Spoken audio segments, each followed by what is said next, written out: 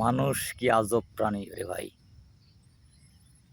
মায়ের উদরে একই প্রসেসিংয়ে আসি, জগতের আলো হাওয়া বাতাস একই প্রসেসিংয়ে পাই, কিন্তু ধর্ম আলাদা আলাদা। সে নিয়ে চলছে বিবাদ, চলছে মারামারি, চলছে হানাহানি। আসলে আমরা মানুষের কাতারে এসে দাঁড়াতে পারিনি। ধর্মভিত্তিক একটা সমাজ ব্যবস্থার ভিতরে আমরা চলছি। আপনি মানুষ, আমি মানুষ, এই ভাবনাটা আমি আজও ভাবতে পারিনি। ভেবেছি আপনি হিন্দু, আমি মুসলমান, আমি মুসলমান, আপনি হিন্দু, আপনি বৌদ্ধ, খ্রিস্টান। এই চিন্তা চেতনা থেকে, এই নিম্ন মানসিকতার চিন্তা চেতনা থেকেই আজ আমাদের মধ্যে বিভেদ বিভাজন। সর্বোপরি আজব প্রাণী এই কারণেই মানুষ। মানুষ জন্ম হয়ে আসছে মায়ের উদর থেকে, সেটা দেখছি একই প্রসেসিংয়ে। এসে একই খাবার খাচ্ছি, একই কাজ করছি, একই টাকা চালাচ্ছি, একইভাবে নিঃশ্বাস নিচ্ছি, একইভাবে লেখাপড়া করাচ্ছি, সন্তান জন্ম একইভাবে দিচ্ছি।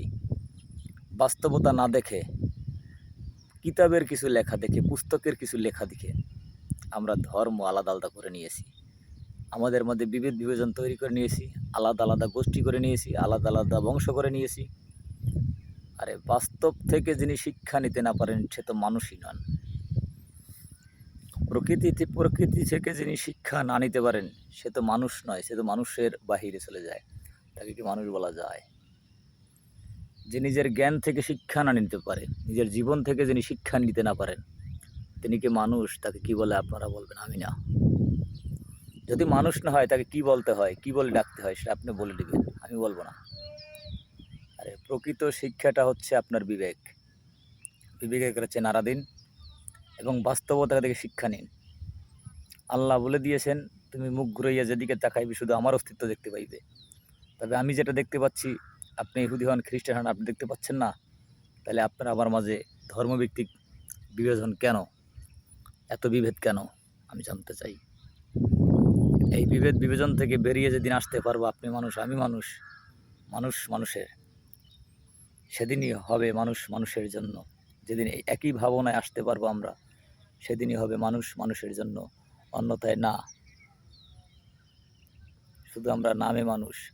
মনুষ্যত্ব হারিয়ে কয়েকটা পুস্তকের লেখা, কাগজের লেখার উপর ভিত্তি করে মারামারি, হানাহানি, কাটাকাটি করছি। আমরা বলি মানুষ। মানুষ এত সোজা না। মনুষ্যত্ব জাগ্রত থাকলে তিনি হয় মানুষ, আর মনুষ্যত্ব না থাকলে তিনি হয় অমানুষ। অমানুষ কাকে বলে সেটাও আপনারা জানিয়ে যাবেন। তাই মনুষ্যত্বকে কীভাবে, মনুষ্যত্বকে জাগ্রত করতে হলে আপনার বিবেককে নাড়া দিন, বাস্তবতার দিকে তাকান, প্রকৃতির দিকে তাকান, স্রষ্টার সৃষ্টির দিকে তাকান। তাহলেই দেখতে পারবেন মনুষ্যত্ব কী এবং মানুষ কী, মানুষ কাকে বলে। আরে আমার হাত ধরা, মুখ ধরা, আমার আশেপাশের মানুষ নিরাপদ নয়, আমি মানুষ হলাম কী করে? আমি তো পশুর চাইতে অধম। অনেক কথা বলে ফেললাম। থাকবেন। আল্লাহ হাফেজ।